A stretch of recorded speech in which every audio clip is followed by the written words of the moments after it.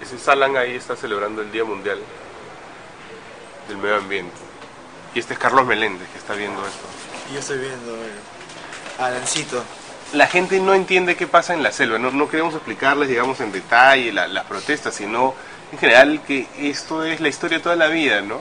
Es una zona marginal del país, fuera del circuito capitalino, que protesta, tiene una protesta que usualmente desde Lima se ve como protestan contra la modernidad, ¿no? Protestan contra el avance del país. Y termina siempre en que mandan a gente armada o policías o el ejército, muere alguien, cae un gabinete y todo sigue igual. O sea, más o menos es el mismo libreto del Iquipazo, del Pucallpazo, de Bagua, en general, ¿no? Ahora, sin embargo, el asunto de la Amazonía es más complicado que todos anteriores, creo yo. ¿Por qué? Porque tenemos una organización transamazónica, AYACEP. Es decir, AYACEP no es CONACAMI, pues CONACAMI al costado de AYACEP es Chancaya 20, si quieres, ¿no? Es decir, es una organización que tiene 30 años, que está organizado, que ha logrado articular rasos transamazónicos, que ha logrado articular las federaciones que existen dentro de esta organización, y que eso es una base que no tienen y no ha tenido ningún otro movimiento. En el Moquegua eran frentes, en el Arequipazo eran frentes regionales, lo mismo en Moquegua, los movimientos anti-inversión minera eran fragmentados, atomizados. Mismo Kanakami, ¿no? Sí, exactamente. En cambio acá, mira, acá tenemos a AYACEP, que ese es un recurso para la movilización, no recurso en términos económicos, obviamente, sino es un recurso organizativo. Los amazónicos, a diferencia de otros grupos en el Perú, tienen un capital social para la movilización que no tiene otro sector de la población.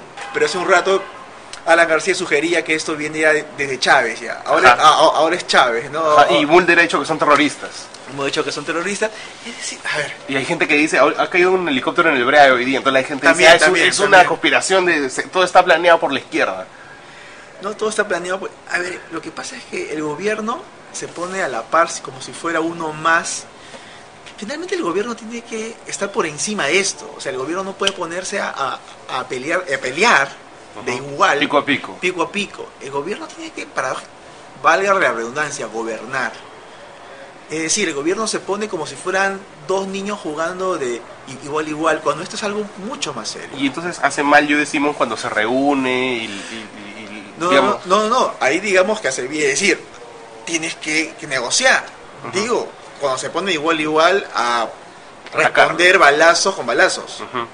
No sabemos, para esto no vamos a ver todavía si es que los balazos comenzaron de un lado o del otro, ¿no? Ayer hablaba con alguna gente que está asociada con algunos periódicos, gente que me decía, pero tú llevas a los militares, llevas a los cachacos y los indios ven, le das miedo y se van. No, pues compadre, no es así. O sea, la represión no funciona así. La represión puede causar más movilización. Y sobre todo la represión lo que hace es que el sector movilizado se amplíe. Es decir, tenías inicialmente sectores movilizados indígenas, nativos, comunidades.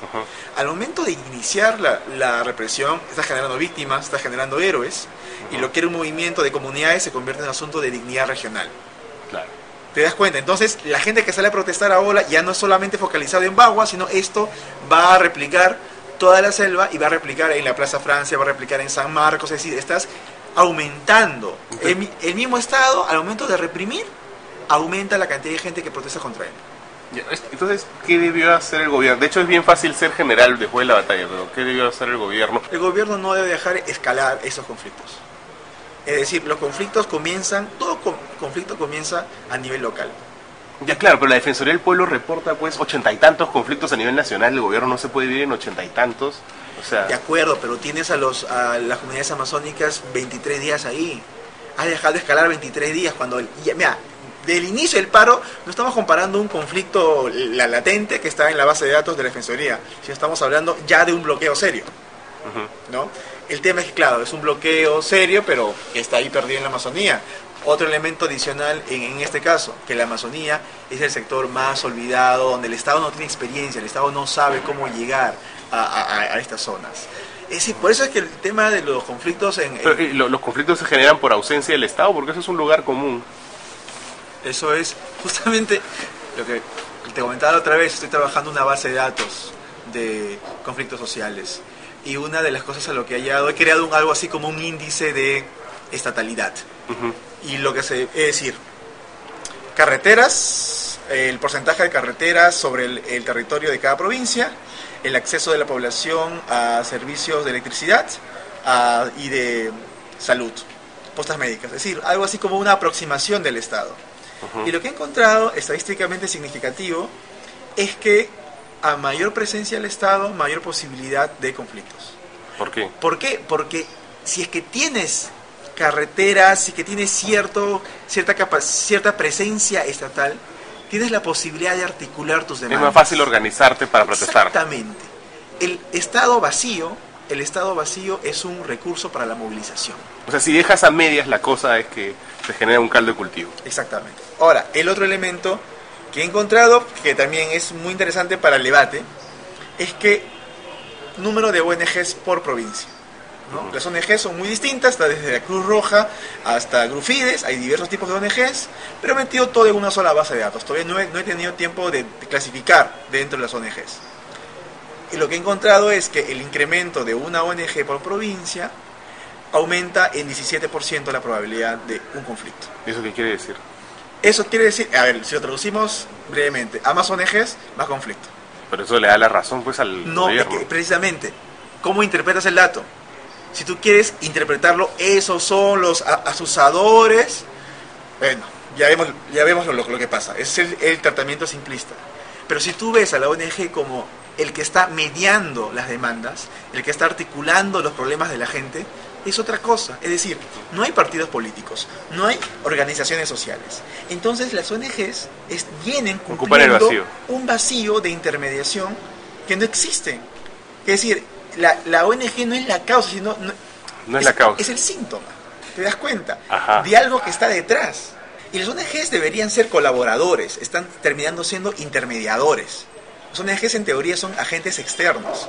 En este caso están cumpliendo un rol protagónico.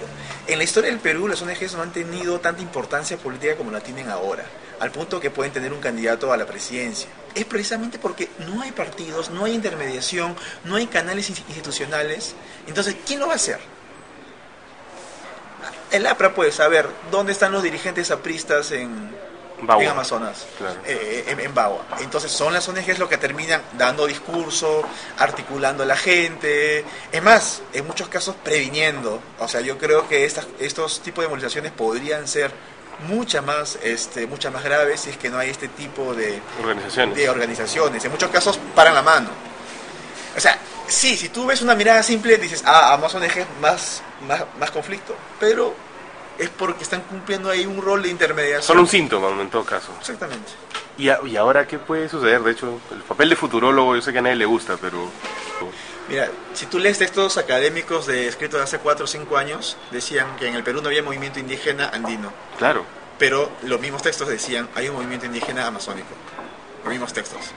Mientras todos estaban esperando el movimiento indígena quechua. A lo Ecuador-Bolivia.